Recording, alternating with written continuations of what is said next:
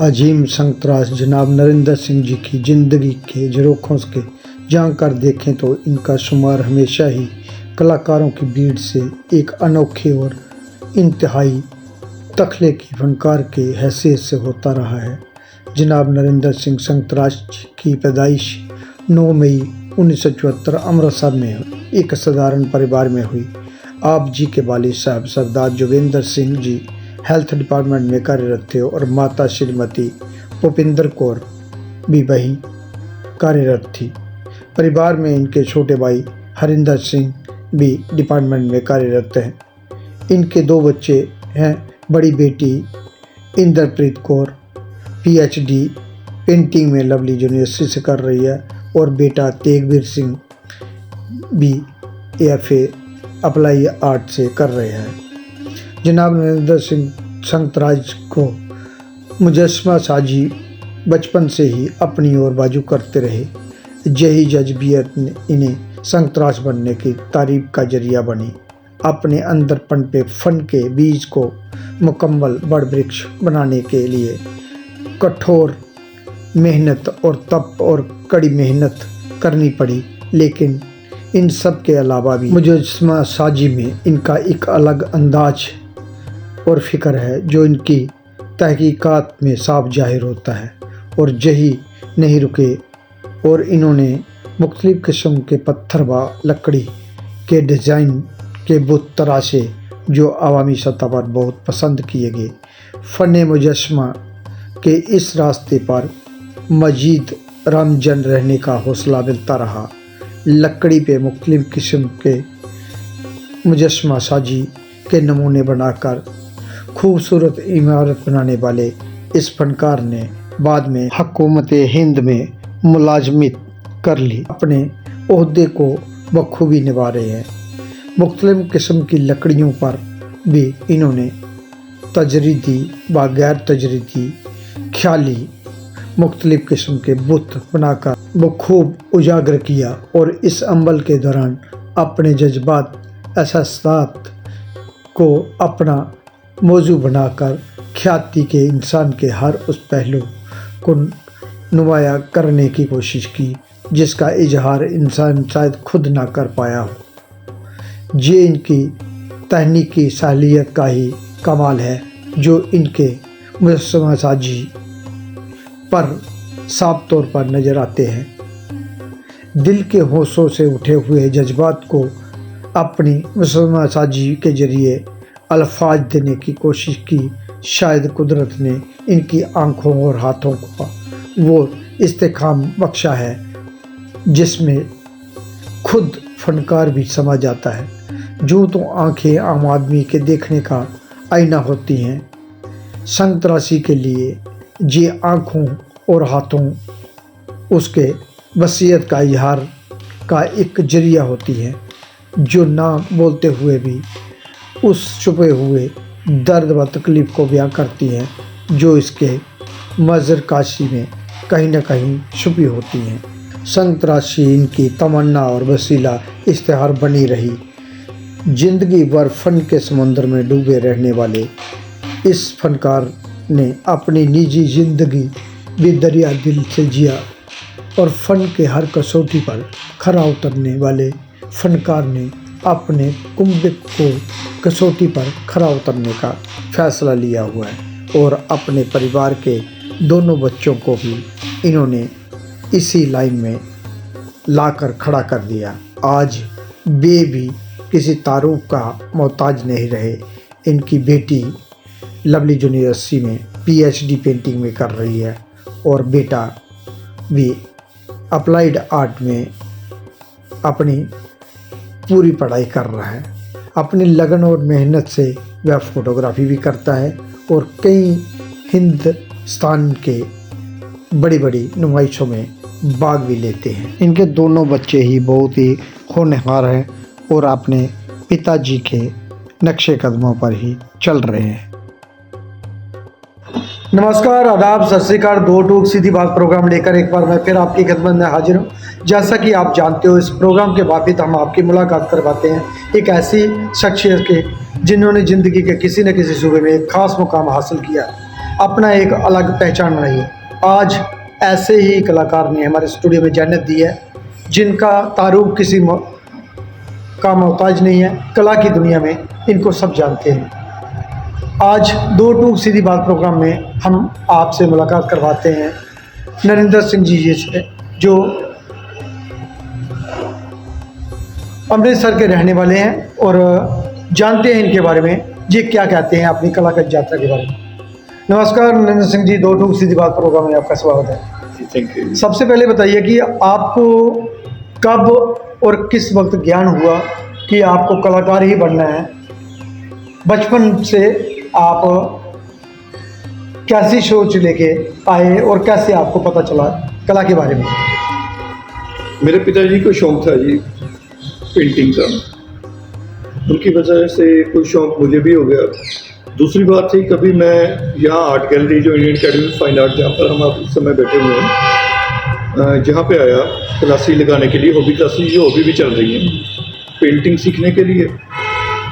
उस समय जहाँ के प्रेसिडेंट थे, बहुत फेमस स्कल्पटर हैं सरदार अवतार सिंह जी, उनसे वास्ता हुआ, उनका काम देखा, प्रभावित हुआ, तो उनकी शागिर्दी जो की और उनसे स्कल्पचर सीखना शुरू किया। तो पेंटिंग से ज़्यादा स्कल्पचर में मज़ा आने लगा, तो फिर पेंटिंग से मैं स्कल्पचर की तरफ आ गया। आपका जन्म कहाँ हुआ और उस वक्त पारिवारिक माहौल कैसा था कला के प्रति? मेरा जन्म अमृतसर का है और परिवार में पिताजी शौक रखते थे, लेकिन वो एक आर्टिस्ट की तरह नहीं थे, उनकी हॉबी थी कला। और हमारे परिवार में कोई पहले ऐसे कोई आर्टिस्ट नहीं था। आप पहले आर्टिस्ट थे परिवार में, और ये आपके बच्चे भी काम कर रहे हैं, उनके बारे में भी थोड़ा बताइए, क्या क्या नाम है और कौन से मीडियम में काम करते हैं वो? मेरे दो बच्चे हैं जी, बेटी इंद्रप्रीत जो बड़ी है, उनसे 3 साल छोटा, बेटा तेगबीर से। बेटी अभी पीएचडी कर रही है, उसकी मास्टर जो है पेंटिंग में है।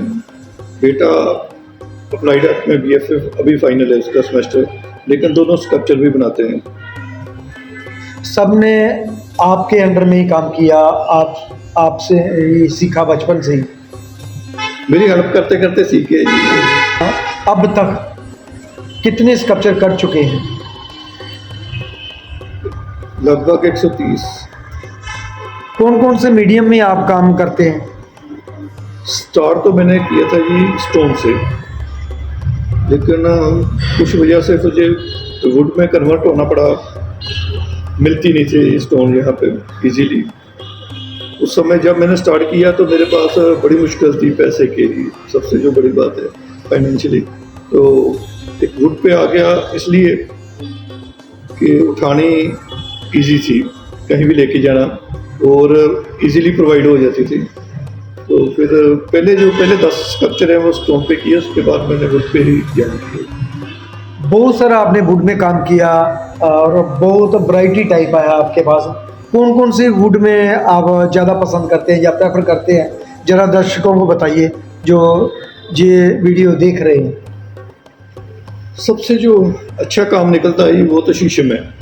हमारे यहाँ पंजाब में से टाली बोलते हैं, हाँ लोकल भाषा में उसको लोकल, हाँ पंजाबी में टाली बोलते हैं, हिंदी में टाली बोलते हैं, तो इंग्लिश में शीशम बोलते हैं। सबसे बढ़िया तो उसी में मज़ा आता है। उसके अलावा कोई भी लकड़ी मिल जाए, उस लकड़ी से प्यार है, जैसा उसका स्वभाव होता है लकड़ी का, वैसा ही उसके ऊपर काम कर देते हैं, उसी तरह का स्कल्पचर जो है बन जाता है। तो कुछ सॉफ्टवेयर है जिसमें आम की लकड़ी है और त्रेक जहाँ का लोकड़े रैंक होता है, हाँ जी, और छरी है, उस पर काम किया है। और सबसे बढ़िया किस में लगता है आपको काम करना? सबसे बढ़िया तो शीशम है जी, जहाँ टीक की लकड़ी हो या शीशम हो। इसमें क्या क्या दिक्कत आती है, जहाँ ऐसा क्या है इसमें कि जो बाकी लकड़ियों से अलग दिखता है? शीशम बहुत सॉलिड है, इसमें कितना भी बारीक काम किया जा सकता है, और इसकी लाइफ बहुत ज़्यादा है, दीमक वगैरह नहीं लगती है, नहीं लगती। वैसे भी इसको अगर हम बारिश में ही रख देंगे तो खराब नहीं होगी बहुत समय तक। और मुश्किल तो अब नहीं कोई आती, स्टार्टिंग में बहुत मुश्किल आती थी, अब तो इनसे प्यार हो गया है, बातें होती हैं इनसे।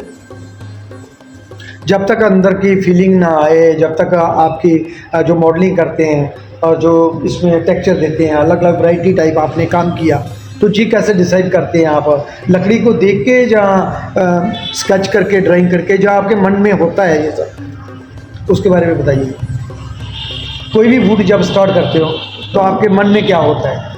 मन में तो कुछ सोच के शुरू करते हैं, लेकिन 100% वो नहीं बनता जो हम सोच रहे हैं। बहुत बार ऐसा ही होता है कि शुरू अपनी मर्जी से करते हैं और अंत उसका लकड़ी की मर्जी से होता है। जो वो चाहती है वो हमें खींच के ले जाती है कि नहीं भाई ये नहीं, ये बनाओ ना। हर वुड का एक नेचर होता है और उसके हिसाब से हमें आपको चलना पड़ता है। बाहर से लकड़ी की बार बिल्कुल साफ दिखती है, अंदर जाके उसमें कोड निकल आती है, उसके रेशे ऐसे निकल आते हैं कि उसको उसकी मर्जी से काम करना पड़ता है। अब तक आपने कहाँ कहाँ एग्जीबिशनें की? लगभग जो उत्तर का भारत है वहाँ सभी राज्यों में कर चुका हूँ। दक्षिण की तरफ कम गया। दक्षिण की तरफ कम गए हो, जहाँ कोई ऐसा साथ नहीं मिला, जहाँ अगर कोई आपको बुलाए तो आप जाएंगे? मेरे लिए ऐसा है कि मैं गवर्नमेंट जॉब में हूँ, तो छुट्टी की मुश्किल है, जाना मुश्किल है, समय निकालना मुश्किल है। अभी रिटायर होने के बाद में सर एक चीज़ बता दूं आपको थोड़ा मालूम नहीं मेरे को इस बात का इल्म है या नहीं है। जब भी कोई सरकारी जॉब में होता है उसको डायरेक्ट सरकारी महकमे में जिसमें आप जॉब करते हो उसी में लेटर भेजा जाता है, तो आप ऑन ए ड्यूटी जा सकते हो। ये एक प्रोसेस होता है, शायद आपने कभी किया, लेकिन मुझे ना जरूरत नहीं पड़ी। वर्कशॉप आती है जी ऐसे में, लेकिन मुझे हर बार छुट्टी लेके जाना पड़ा है, जो डिपार्टमेंट से परमिशन मिल गई। हाँ जी। दोस्तों, बातचीत के सिलसिला आगे बढ़ाने से पहले हम एक नज़र डालते हैं नरेंद्र सिंह जी के द्वारा बनाए मूर्ति शिल्प में कुछ इस तरह। इस लकड़ ਨੂੰ ਘੜਨ ਲੱਗਿਆ ਬਹੁਤ ਮਿਹਨਤ ਲੱਗੀ। 15 ਕੁਇੰਟਲ ਦੀ ਲੱਕੜ ਨੂੰ ਕੱਟ ਰਿਹਾ, 80 ਕਿਲੋ ਬਾਕੀ ਰਹਿ ਗਿਆ और इसमें मूवमेंट बनाने लगे जिस तरह कि मैं ज़्यादातर अपने स्कल्पचर नाल लाइफ रख रहा लाइफ सीरीज से काम कर रहा हूँ कंटिन्यू की है।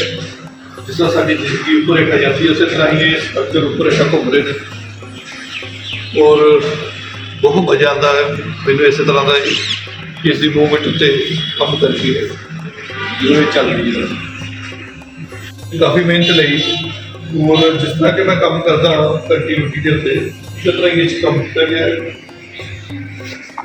सारा घूम रहा बेस के नाल ही है बनाया गया। ये लकड़ सुच्चा है, आप इसका नाम सुनिया, बहुत सारिया दवाइयां दे विच काम आती है। एक दरख्त डिग गया सीगा और इसनों बनाने लग्या एक वक्री फीलिंग आई, इसका रंग पीला होंदा है हुण डार्क हो गया पुराना हो करके। इसका टाइटल पटकना सी जिसके विच तीन इंसान दे चेहरे बनाए गए ने जो अलग अलग दिशा वाल दौड़ रहे हैं और हेठा दो शिकार वर्गे चेहरे बनाए हुए हैं। शिकार जो लुकड़े अंदर बैठा और इंसान जो भज रहा वा उन्हां दे कारण। जनाब नरेंद्र सिंह संतराश ने मुख्तलिफ किस्म की लकड़ियों को तराश कर मुजस्समा साजी, तजरीदी व गैर तजरीदी नमूनों को तराश कर अलग अलग मुजस्समा साजी के नमूने तैयार करके मूर्तियाँ तैयार की। इन बुतों में कई प्रकार के डिज़ाइन बनाए उन्होंने, अलग अलग फॉर्म को, लय को और पॉलिश और कहीं कहीं खुरदापन करके उनके नमूनों को बहुत ही खूबसूरती से पेश किया है। जनाब नरेंद्र सिंह संतराश ने अपने स्टूडियो में कई किस्म की लकड़ियों को इकट्ठा करके उनके अलग अलग डिज़ाइन के बुत तराश कर अपनी गैलरी में रखे हुए हैं और इस गैलरी में कई नए बच्चे जो कार्य करते हैं व सीखते हैं वो आते हैं, ये फ्री ऑफ कास्ट उनको कलाकारी के वो सारी बारीकियाँ बताते हैं जो इन्होंने अपनी कड़ी मेहनत और लगन से सीखी हैं। आज कई युवा कलाकार इनके पास आकर अपना कार्य करते हैं। इंडियन फाइन आर्ट सोसाइटी में ये सब फ्री में मुहैया कराया जाता है। जो अपकमिंग स्टूडेंट सीखना चाहते हैं वो जहाँ पर आकर अपना कार्य सीखते हैं, जिसमें ये फ्री ऑफ कास्ट अपनी पूरी सेवा देते हैं। ਇਹ ਸਕਲਪਚਰ ਵੱਖ-ਵੱਖ ਲੱਕੜਾਂ ਦੇ ਵਿੱਚ ਕੰਮ ਕੀਤਾ ਜਾਂਦਾ ਹੈ। ਇਹ ਤੱਕ ਜਿਹੜੀ ਤੁਸੀਂ ਦੇਖ ਰਹੇ ਤਰੀਕ ਦੀ ਹੈ, ਪੰਜਾਬ ਦੇ ਵਿੱਚ ਇੱਕ ਲੋਕਲ ਲੱਕੜ ਪੈਂਦੀ ਹੈ, ਲੋਕਲ ਪੇੜ ਹੈ ਤਰੀਕ, ਔਰ ਇਸ ਦੇ ਵਿੱਚ आज कई सारे स्कल्पचर इनके पास हैं और कई सारे स्कल्पचरों को ये अभी तैयार कर रहे हैं। मुख्तलिफ़ किस्म की विभिन्न विभिन्न प्रांतों से लाई हुई लकड़ी जिसको अलग अलग तरीके से कार्व करके उनको तैयार करते हैं। फिर उनमें कई तरह के रासायनिक का प्रयोग करके कार्य किया जाता है। आज वे लगातार अपना कार्य Indian fine art craft society में ही कर रहे हैं। जनाब नरेंद्र सिंह संतराश ने अपने फ़न की शुरुआत भी यहीं से की और यही वह जगह थी जहां पर देश के कई महान कलाकारों ने अपने भविष्य को उज्ज्वल बनाया। यही रहते इन्होंने कला की वो सारी बारीकियाँ सीख ली जो भविष्य में एक महान कलाकार बनने में सक्षम होती हैं। और यहीं पर इन्होंने पत्थरों को शुरुआत में तराशा कर आधुनिक मूर्तियाँ बनाने का कार्य किया और बाद में इन्होंने लकड़ी को ही अपना मेन जरिया बनाया और लकड़ी में इन्होंने महारत हासिल कर रखी है। नरेंद्र सिंह जी, आपने कहाँ कहाँ एग्जीबिशनें की और कौन कौन से अवार्ड बास्कल्पचर आपको मिले? जैसे पहले बात हो चुकी है जी, उत्तर भारत तक तो मैं सभी राज्यों में गया हूँ, चाहे वो हमारे यहाँ कश्मीर तक हो या फिर दिल्ली और एमपी, यूपी, कलकत्ता, यहाँ पर जो है ग्रुप शो कर चुका हूँ। सोलो शो मैंने जो है अभी तक 4 ही किए हैं, वो पास से किए हैं। दूसरा जो अवार्ड है जी, मुझे Indian academy of fine arts Amritsar से नेशनल अवार्ड मिला है, स्टेट अवार्ड भी यहाँ से मिला है, ललित कला चंडीगढ़ से मिला है, आईफेक्स से मिला है अवार्ड, और life time achievement Indian academy of fine arts से मिल चुका है अभी तक। और आपने कहाँ कहाँ अब तक कलेक्शन में काम दिया, जहाँ किन किन लोगों के पास आपका कार्य है, सरकारी व गैर सरकारी संस्थाएं जो भी हैं, जहाँ आपने कंपनियों में या कोई भी वायर हैं जो आपके लोकल, कहाँ कहाँ कार्य आपका लगा?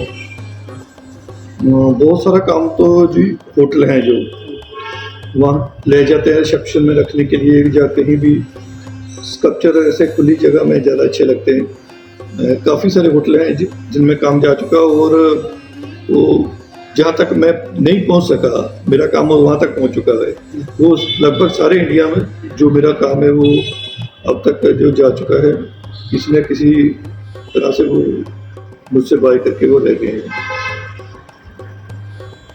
अब तक आप जॉब भी कर रहे थे जी, और अपना कार्य भी करते हैं जी। दोनों चीज़ों को आप कैसे कर पाते हो?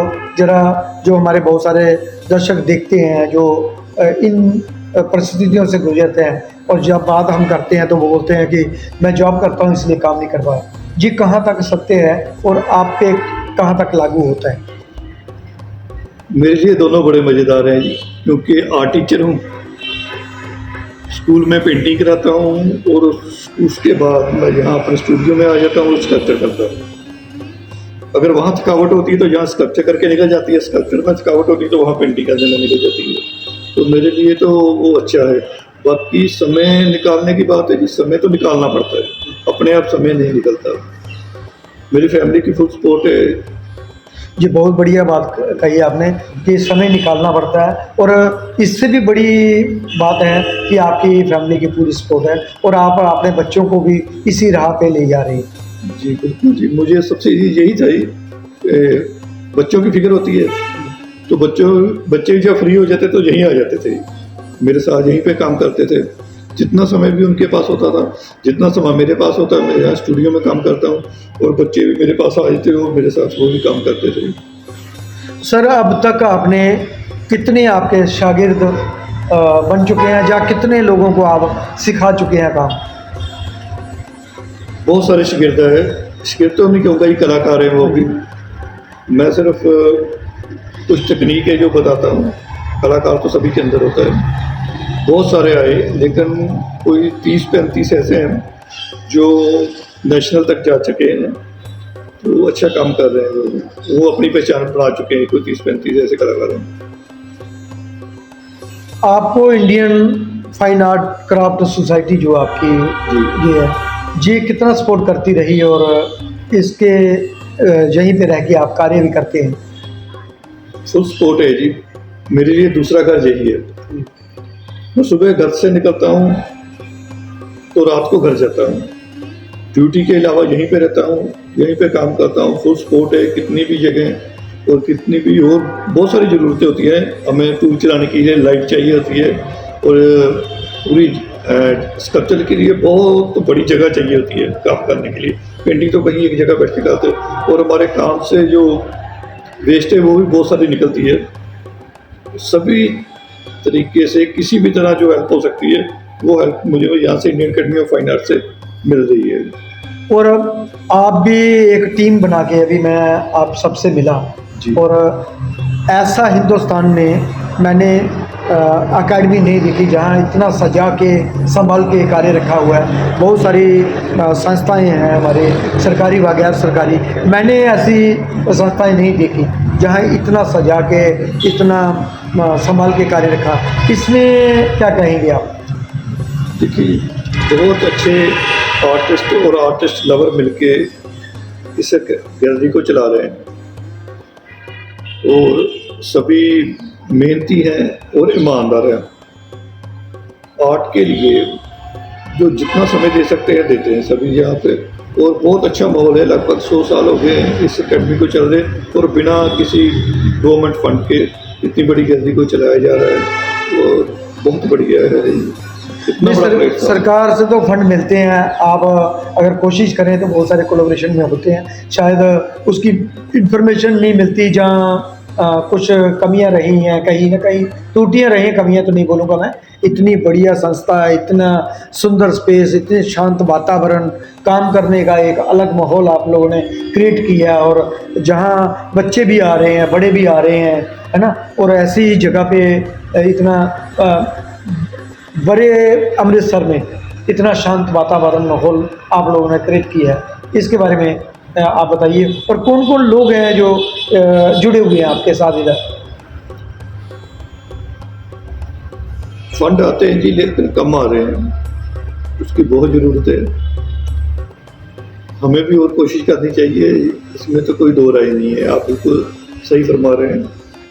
और इस समय जो हमारे प्रेसिडेंट हैं जितेंद्र मोहन सिंह चीना, chairman doctor PS Grover, chairman Shivdev Singh जो एक स्कल्पटर हैं, और जो हमारा विजुअल आर्ट है उसके सेक्रेटरी वो भी आर्टिस्ट हैं सतापाल सिंह, और हमारे जो मेंबर अच्छे आर्टिस्ट हैं कुलवंत सिंह गिल, धर्मेंद्र शर्मा जी, रविंद्र टिल्लो मैम, ऐसे बहुत सारे अच्छे आर्टिस्ट हैं, और लगभग पूरे पंजाब में ऐसी गैलरी नहीं है।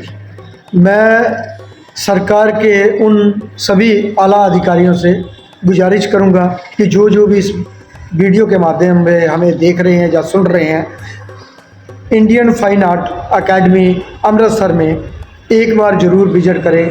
इतना सुंदर माहौल, इतना बढ़िया वातावरण, और जितने भी फंड हैं आपके वो आपको इधर लगाने चाहिए, इस एकेडमी को और बढ़ावा देना चाहिए, ताकि पंजाब की जो नई नस्ल है, जो नई पीढ़ी है, वो कला की ओर रुझान उनका बढ़े, और जो गलत नशों की तरफ बढ़ रहे हैं लोग, उसमें भी आर्ट के माध्यम से रोका जा सकता है। क्योंकि उनको अगर हम डाइवर्ट करेंगे, इस कला के माहौल में उनको लाएंगे, तो मुझे लगता है बहुत अच्छा एक ये दिशा होगी। आप क्या कहेंगे इसमें? बिल्कुल जी, जो नौजवान है, जो हमारी पीढ़ी है, बहुत होना चाहिए, सही जगह पे उसको चैनलाइज करना, जैसे तो हमारा ही काम है, वो भी बड़ों का। मुझे किसी बड़े आर्टिस्ट ने बताया था, अगर किसी के पास हॉबी है और उस पे ऊपर वो काम कर रहा है, तो डिप्रेशन में नहीं जा सकता। ये मेडिटेशन है एक, और बिल्कुल मेडिटेशन है ये, और उनकी एनर्जी अगर हम सही जगह पे लगाएं तो वो बहुत बढ़िया होगा। तो अगर सरकार इसमें और मदद करे तो सोने पे सुहागा हो जाए। जी बिल्कुल सही है। पंजाब सरकार से मैं फिर से विनती करता हूँ हाथ जोड़ के कि इस और फंड की ज़रूरत है, आप फंड अपना इधर लगाएं, आप इधर आएँ, नई पीढ़ी को नई दिशा दिखाएं, ताकि वो गलत रास्तों पे ना चल सके। आप खुद अच्छे कलाकार हैं जी, आप जानते हैं पुराने समय में जो कलाकार था उसको राजा महाराजा संभालते थे, कला को संभालते थे। इस समय के जो राजा महाराजा है वो हमारे चुने हुए जो नेता हैं वही है, और इस समय के राजा महाराजा को भी चाहिए कि कला जो है वो उसे संभाल लें। वो कुछ गलतियां हमारी रहती हैं कि हम ही उन लोगों को चुन के लाते हैं जो हमारे ही ऐसी कला संस्थाओं के विरुद्ध हो जाते हैं, जहाँ इसकी तरफ ध्यान नहीं देते। मैं उन तमाम नेताओं, पॉलिटिशियनों और राज दरबारियों को ये फिर से एक बार गुजारिश करता हूँ कि आप अपना ध्यान इस कला की ओर लगाएं, इन कला संस्थानों को बढ़ावा दें। पंजाब में जितनी भी संस्थाएं हैं उनमें ध्यान दें, तो एक पंजाब एक नई दिशा की ओर जाएगा। क्या कहेंगे इसके बारे में? बिल्कुल सही है जी, आपसे सहमत हुई। नरेंद्र सिंह जी, ये all India fine arts society जो है आपकी, इसमें हर साल एनुअल जो शो होता है, तो इसमें जो बाहर बैठे कलाकार हैं वो कैसे अप्लाई कर सकते हैं, जहाँ इस गैलरी में कैसे एग्जीबिशन कर सकते हैं, ज़रा उसके बारे में बताइए आप। गैलरी कलाकारों के लिए जो बन पाता है वो करती है। ये दो तरह के शो होते हैं, एक तो स्टेट, फिर एक ऑल इंडिया का। ऑल इंडिया का जो प्रोस्पेक्ट है वो लगभग अगस्त में निकलता है। गैलरी की वेबसाइट में, फेसबुक में, इंस्टाग्राम में जो इसके पेज बने सभी में डाला जाता है। जो भी कला के इंस्टीट्यूट है वहाँ भेजा जाता है। आर्टिस्टों को जो हमारे पास कलेक्शन है उनकी ईमेल या मोबाइल नंबर उनको भेजा जाता है।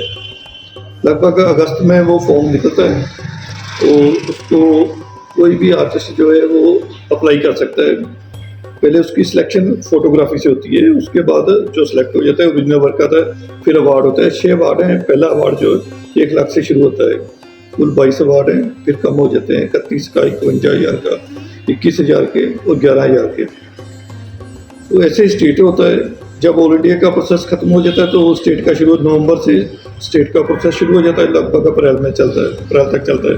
समर कैंप चलता है जिसमें आर्ट की सभी वनगियाँ जो हैं उनके ऊपर काम किया जाता है। सभी जैसे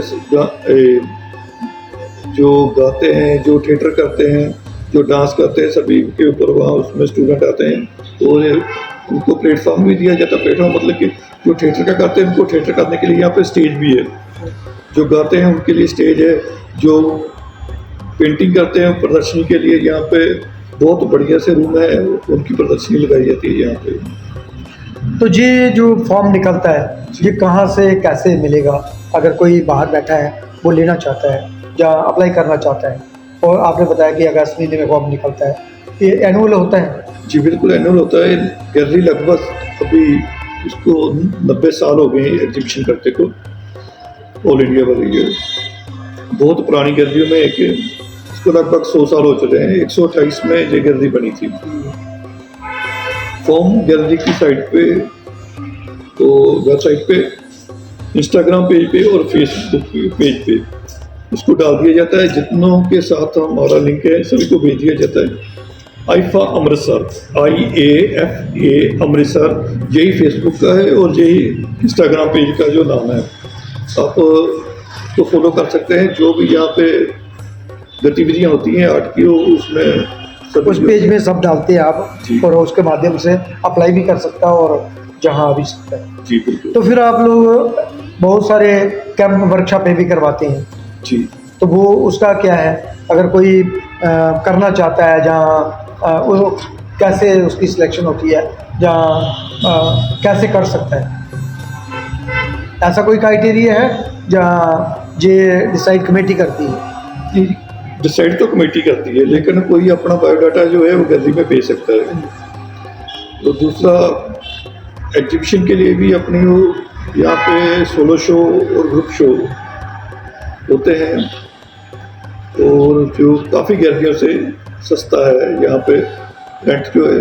और अगर गैलरी के साथ मिलके करना चाहे कोई डिपार्टमेंट है फाइन आर्ट का, तो गैलरी जो है, गैलरी के कोलैबोरेशन के साथ वो जो भी उन्हें सुविधा दी जा सकती है वो तो सरकारी संस्था अगर कोई करना चाहती है तो कोलैबोरेशन में आप करते हैं या करना चाहेंगे? सरकारी या प्राइवेट कोई भी करे। या कोई भी कोलैबोरेशन में हाँ, आप कोई अच्छा आर्टिस्ट है, हाँ जी। कोई स्टूडेंट है, मिलके करना चाहते हैं तो एक एप्लीकेशन डालेंगे, लेकिन वो पास जो हमारी विजुअल आर्ट कमेटी है वो ही उसे क्लियर करती है कि इसके साथ हमने करना है, और उसका काम देखती है, उसके बारे जी, में बिल्कुल। जानती है, फिर उसके बाद डिसीजन कमेटी फैसला करती है। जी, लगभग साल में 10-12 ऐसी होती हैं जिसका जो गैलरी कोलैबोरेशन के साथ करती है Indian academy of fine art.